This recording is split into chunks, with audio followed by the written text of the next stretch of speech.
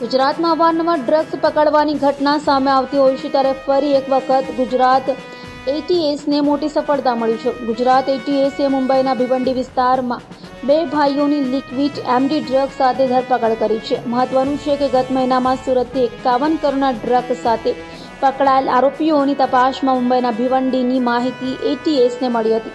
હાલ એટીએસ વધુ કાર્યવાહી શરૂ કરી છે.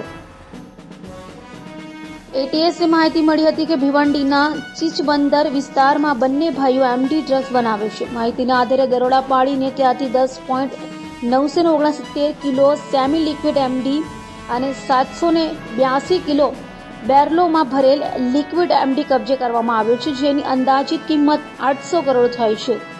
ઉલ્લેખનીય છે કે આ રેકેટમાં 3 ભાઈ સાથે મળી કામ કરતા હતા, જેમાંથી 2 ધરપકડ કરવામાં આવી છે. એટીએસના દરોડા સમયે ઘટના સ્થળેથી એમડી બનાવવાની સામગ્રી અને સાધનો પણ મળી આવ્યું છે. એટીએસની તપાસમાં સામે આવ્યું છે કે આરોપી મોહમ્મદ યુનુસ અગાઉ દુબઈમાં રહીને ગોલ્ડ અને ઇલેક્ટ્રોનિક વસ્તુઓની સ્મગલિંગ કરતો હતો અને દુબઈમાં એક વ્યક્તિ મળ્યો હતો, જેની સાથે મળી બંને ભાઈઓએ રૂપિયાની લાલચમાં એમડી બનાવવાનું કામ કર્યું હતું. આ બંને ભાઈઓ છેલ્લા 8-9 મહિનાથી આ કામ કરી રહ્યા છે, પરંતુ 2 વાર નિષ્ફળ પણ ગયા હોવાનું સામે આવી રહ્યું છે. आप બધાને ખ્યાલ હશે કે લાસ્ટ મહિના 18 તારીખની આજુબાજુ સુરત ખાતે એક પનોલીમાં એમડીની એક ફેક્ટરીમાં કેસ કરવામાં આવેલ હતો, જેની અંદર લગભગ 4 કિલો પ્રિપેર્ડ એમડી અને 31 કિલો લિક્વિડ એમડી સીઝ કર્યો હતો અને ટોટલ 3 આરોપીઓની ધરપકડ પણ કરવામાં આવેલી હતી. જ્યારે 3 આરોપીઓની પૂછપરછ કરવામાં આવેલી તો એ જે રેકેટ છે એ રેકેટમાં બીજા બધા આરોપીઓનું પણ નામ ખુલવામાં આવેલ, જે કે આ ડ્રગ ફેક્ટરી બીજી જગ્યા લગાવે છે, એનો રો મટીરિયલ પ્રોક્યોર કરે છે અને પછી સેલની કામગીરી પણ એ લોકો કરતા હોય છે.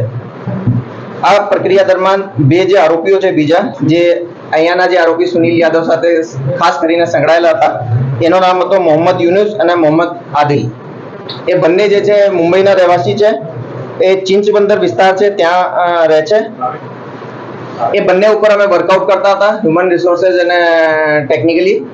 એ દરમિયાન એટીએસના ડીવાયએસપી એસએલ ચૌધરી સાહેબને બાતમી મળી કે ભાઈ એ જે બંને આરોપીઓ છે એ ડ્રગ પેડલરની જેમ મોટા પ્રમાણનો જે જથ્થો છે એને ખપાવવાની સાથે સાથે ત્યાં ડ્રગ્સ મેન્યુફેક્ચરિંગનું કામ પણ સુનિલ યાદવની જેમ જ કરી રહ્યા છે. તો આ બાતમી આધારે અમારી એક ટીમ બનાવી, જેની અંદર ઇન્સ્પેક્ટર CH પનારા, ઇન્સ્પેક્ટર બ્રજેશ પટેલ અને બીજા PSI PHની ટીમ બનાવવામાં આવેલી અને સરકારી પંચો સાથે અમે એ જગ્યા ઉપર રેડ કરી અને રેડ જ્યારે કરી તો એ લોકોએ બંને જે આરોપીઓ છે એ બંને આરોપીઓ ત્યાં જગ્યાથી મળી આવેલ. સાથે સાથે એ લોકોએ ભિવંડીમાં એક નાનકડો ફ્લેટ રાખેલ હતો, જે જગ્યા ઉપર લોકોની અવરજવર થોડી ઓછી હોય છે. એ ફ્લેટમાં આ લોકોએ મેન્યુફેક્ચરિંગ એમડીનો કરી રહ્યા હતા.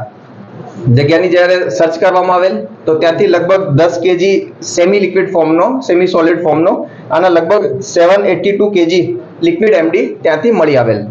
સાથે સાથે જે એ પ્રક્રિયામાં જેટલા એપરેટસની જરૂરિયાત હોય છે, ફ્લાસ્ક છે, ગ્રાઇન્ડર્સ છે, હીટર છે, એ બધા પણ ત્યાંથી મળી આવેલા. એ લોકોની પૂછપરછ દરમિયાન આનો કહેવાનો હતો કે આ લિક્વિડ ફોર્મના હવે અમે ફક્ત લાસ્ટમાં જે એસિડની એક પ્રોસેસ હોય છે એ જ કરવાની બાકી હતી અને એ દરમિયાન અમે આ લોકોને પકડ્યા છે. આ જે આરોપીઓ છે એમાંથી આરોપી જે મોહમ્મદ યુનુસ છે એ અગાઉ સ્મગલિંગનું કામ કરતો હતો. મોટાભાગે દુબઈથી ગોલ્ડ અને ઇલેક્ટ્રોનિક્સ આઇટમની સ્મગલિંગમાં એ સંકળાયેલો હતો. આ બંને ભાઈઓને એક દુબઈમાં એક માણસ મળેલો હતો, જેનું નામ એ હાલ પૂછતા જાહેર નથી કરી રહ્યા. એની જોડે મળીને આ લોકોએ એમડી બનાવવાનો એક પ્લાન કર્યો હતો, જેની અંદર આ ફેક્ટરીમાંથી રો મટીરિયલ પ્રોક્યોર કરવાનો, એપરેટસ પરચેસ કરવાના, જગ્યા શોધવાની અને એ જગ્યા શોધીને લગભગ 7-8 મહિનાથી ત્યાં પ્રોસિજર ચાલુ કરી રહ્યા હતા. એ દરમિયાન આનો ઘણી વખતે માલ ફેલ થયો છે. આ થોડા સમયથી આ લોકોએ લિક્વિડ એમડી પ્રોપર ફોર્મમાં બનાવવા માટે સફળ થયા હતા. તો આ રીતે લગભગ 792 kg આજુબાજુ જે લિક્વિડ એમડી છે એની સીઝર જે છે એ એટીએસની ટીમ દ્વારા કરવામાં આવેલ છે. આની જે આંતરરાષ્ટ્રીય માર્કેટમાં કિંમત છે એ લગભગ 800 કરોડ કહી શકાય, જે સ્ટ્રીટ લેવલ વેલ્યુ હોય છે. એ એક કેસ ગુજરાત એટીએસ દ્વારા ડીવાયએસપી ચૌધરીની બાતમી આધારે બીજી ટીમ દ્વારા કરવામાં આવેલ છે. આ કેમ મોકલવાના છે? તપાસમાં સામે આવી છે બનાવીને, કેમ કે દુબઈનો જે વ્યક્તિ સંપર્કમાં હતો તો કઈ કઈ જગ્યા સેન્ડ કરવાના હતા? એ લોકોએ હાલ દુબઈના જે માણસ છે એના બાબતમાં બહુ ડિટેલથી કહી નહીં રાખ્યા, પરંતુ પ્રાથમિક રીતે જે આ લોકોનો નેક્સસ છે એ ત્યાંના જ લોકલ પેડલર સાથે મળીને ધંધો કરવાનો હતો, આવું પ્રાઇમા ફેસી લાગે છે. કોઈ એક્સપોર્ટ બાબતની કઈ વાત હાલ સુધી અમારી પાસે આવી નથી અને અમે હાલ એનો ઇન્ટ્રોગેશન દરમિયાન અગર કઈ આવશે તો આપણે